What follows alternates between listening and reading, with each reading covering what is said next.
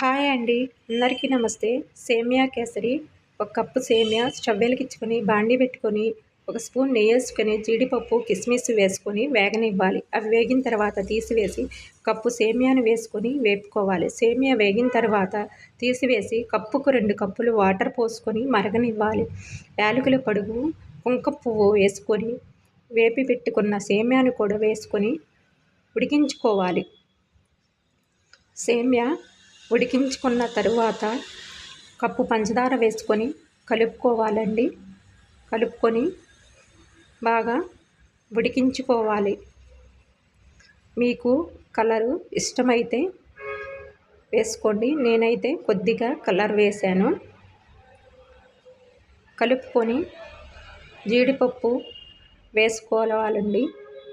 Stove off చేసుకోవాలి. సేమియా kesari ready అయింది. ఈ వీడియో నచ్చితే లైక్